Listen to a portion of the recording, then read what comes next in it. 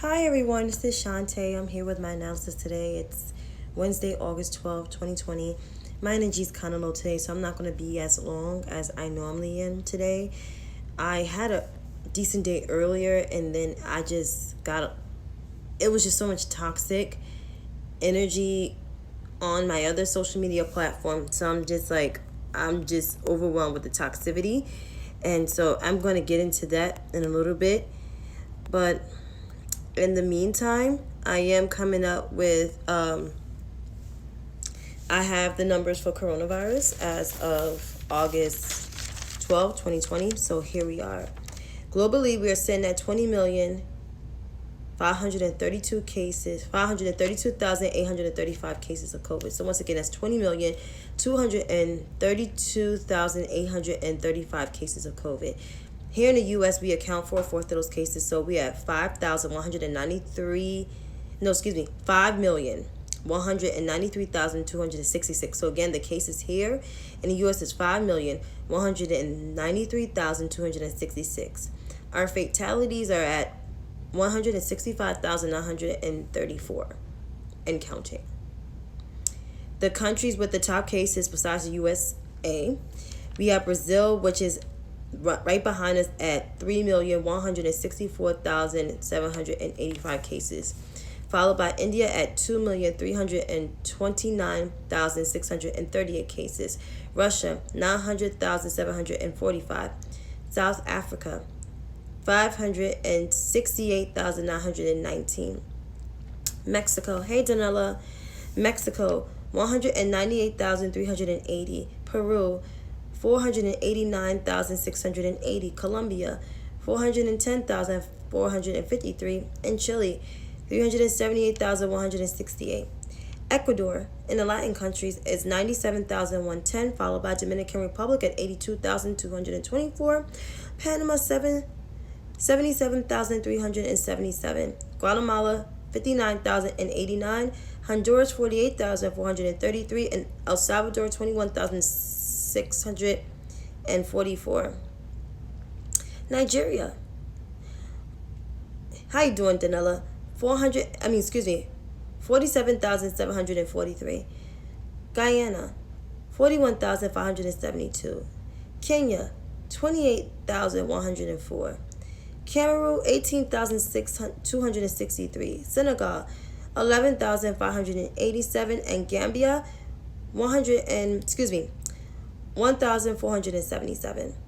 In Haiti, it's 7,743. Jamaica has 1,047. Bahamas have 1,036. Guyana has 623. Trinidad and Tobago has 326. Belize has 210. Barbados 144. Antigua still at 92. St. Vincent still at 57. St. Lucia at 25 still. Grenada still at 24, while Dominica remains at 18 and St. Kitts remain at 17.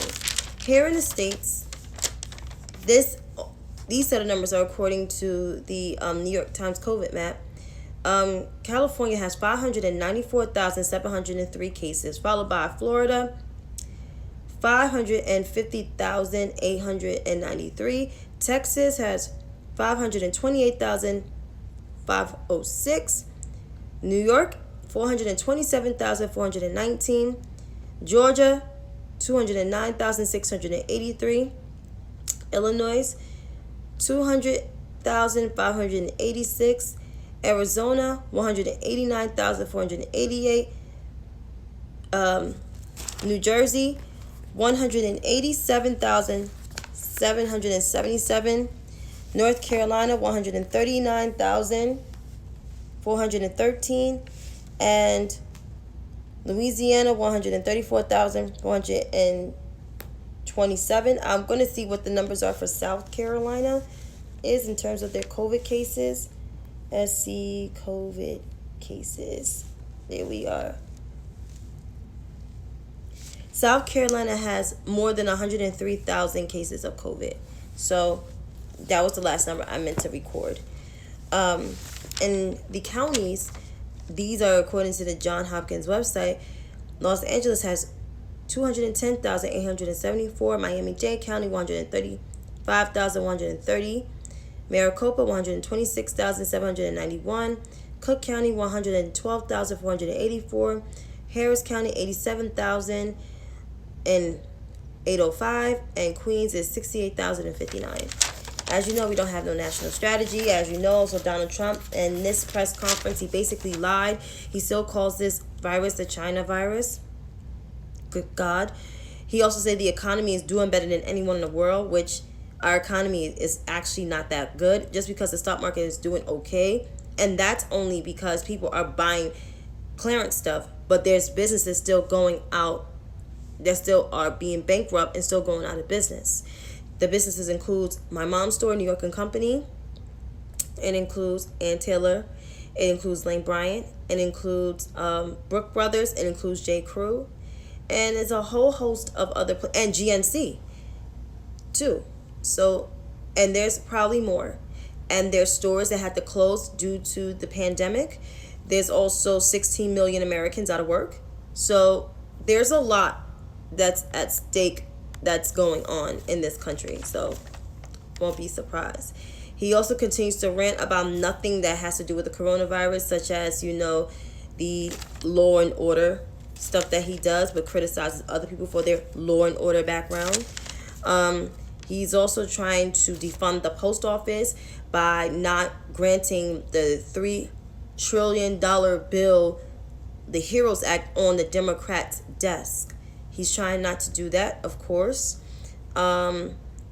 He calls mail-in voting, this will be the greatest fraud in American history. Hey, Janelle, the greatest in terms of mail-in voting, which is still not safe to actually vote because you don't know where you could catch the coronavirus. Also, Trump is saying that he also just ranted about judges and saying that he has a common sense plan for school. Basically, not following the CDC guidelines. He's basically undermining his own medical experts, which we're not shocked, because this press conference don't mean nothing, honestly, to tell you the truth. The scientists are not there to tell us what's really going on. They keep telling him like it's really not safe to open up schools. Learning remotely would actually be better.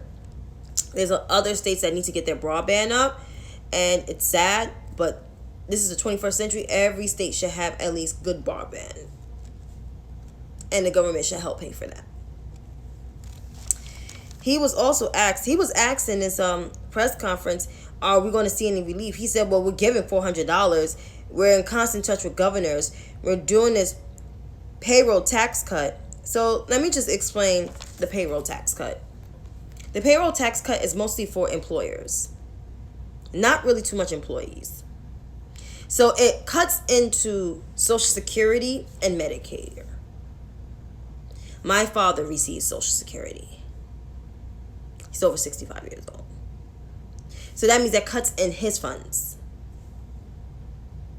Whoever earns Social Security, it cuts into your funds.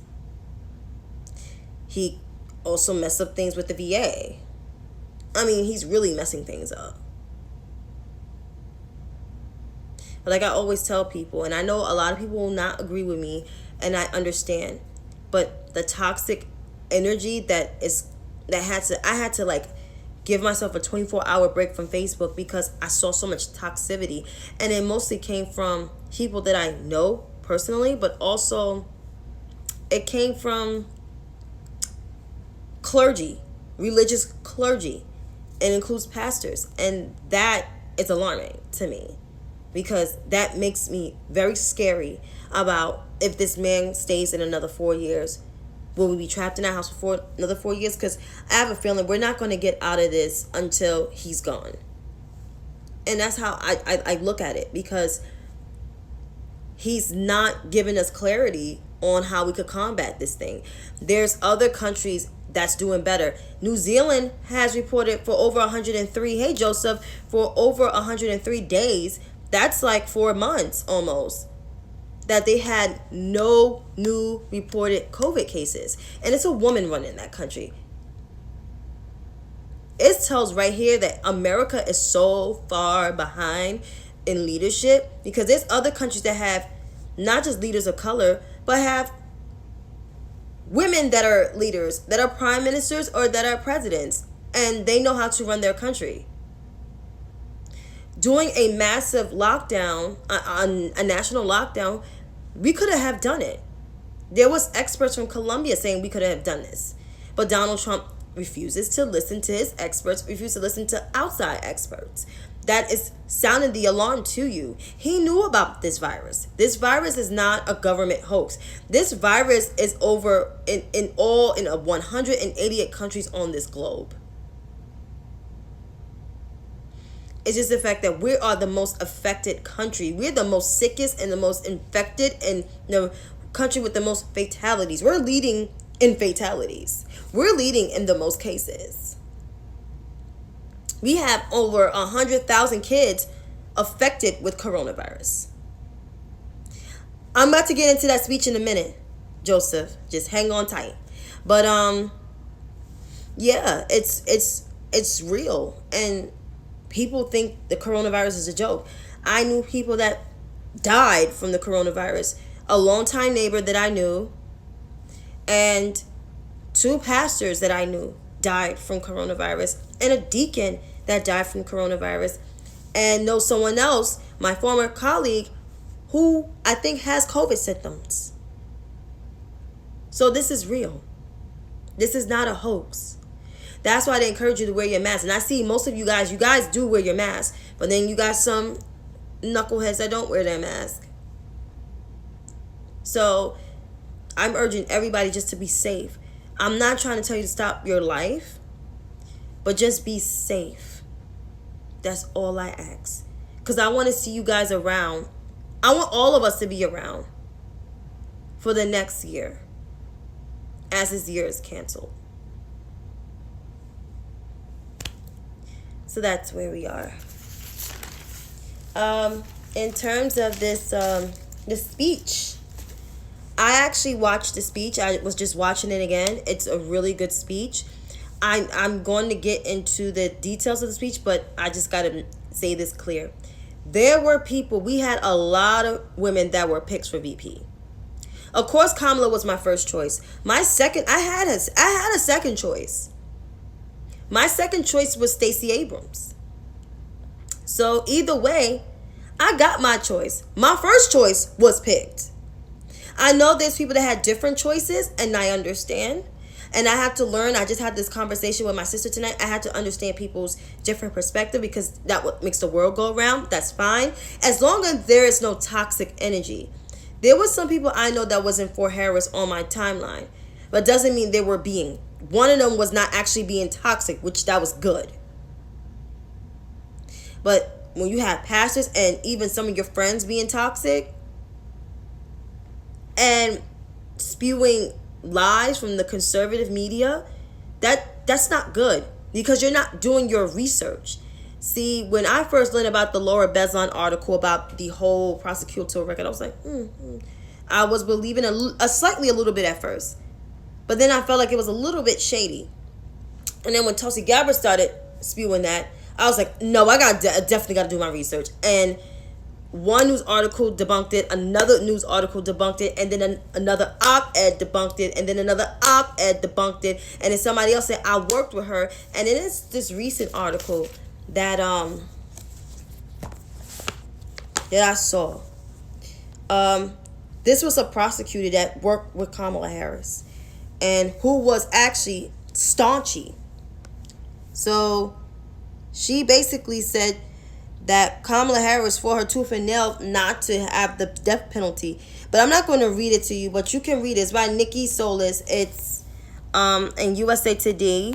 You can look it up.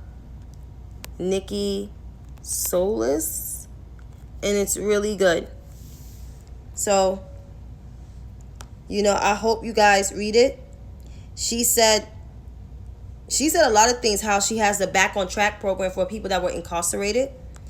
I'll just read one line. She said, and marijuana cases were not even on the court's docket. They were simply not charged. Unless there was a large growing case or unique circumstances, this was the reform-minded approach then DA Harris' office took. The accusations about the marijuana prosecutions being harsh during her tenure were absurd. The reality was quite the opposite. This is from the most staunchiest I'm assuming, I don't know what her sexuality is. She looks like she's a lesbian. But I'm just saying is that you can read the article for yourself. I read it and I was like, you sure about this, lady? Because, you know, there's a lot of people that still keep denying the record. So I posted that, and I'll post all other things. Because I've been doing my constant research and still doing constant research on Kamala. And I actually like her.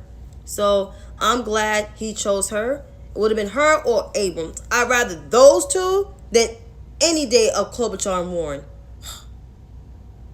And as much as I like Rice, even Rice too, because Rice will gin up the Republican base. But the speech was good, and what the quote I got from it was, she said, "The case of Donald Trump and Mike Pence is open and closed and shut. Open and shut." So, and Joe Biden even tore in Trump and Pence's ass. Especially when the way they handled COVID. He didn't even get into a whole host of other things. I mean, he did get into the Charlottesville thing, and he didn't even get into the shithole countries things. They didn't even tear his ass up like that. That was just a snippet of tearing his ass up. It's just a small snippet. But otherwise, I'm excited. Even though Kamala was my first choice, and I'm going to tell y'all the truth. I almost gave up on the primaries because I felt like, here we are again. I'm being used as a mule again. I'm not voting for my favorite candidate. And then Julian got out. I was pissed too. I was mad because I actually liked him. I actually liked what he was talking about. Because we, as black people, we are the most progressive group of people. Black Panthers came out with social reforms, came out with WIC. Before then, Martin Luther King. And they were all progressive to me.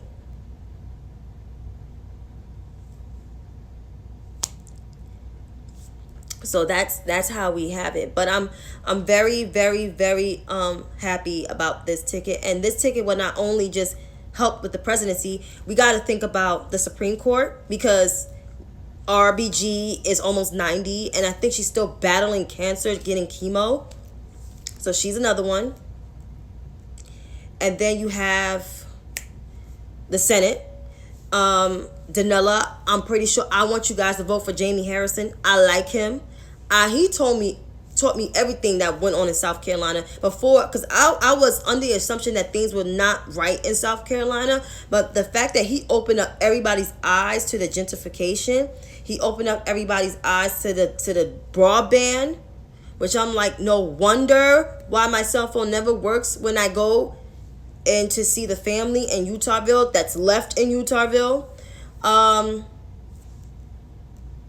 Also, school stuff, like jobs, because Bowen came, but did they offer a lot of jobs to a lot of people? I have no idea. And there's 2 historical black colleges in South Carolina. Did they get any money? I have no idea. No idea.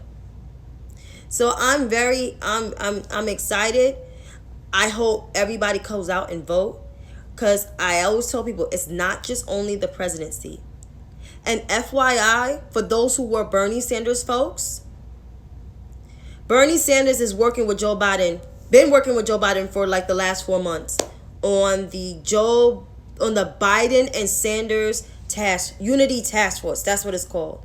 And they have Alexandria Ocasio-Cortez, Congressman Ro Khanna, Congresswoman Jayapal, Congresswoman Marsha Fudge, other hosts of Bernie folks, Tom Steyer, former Secretary John Kerry. So there's a lot of people working on this Unity Task Force. So this way they can implement those policies, those Bernie Sanders policies.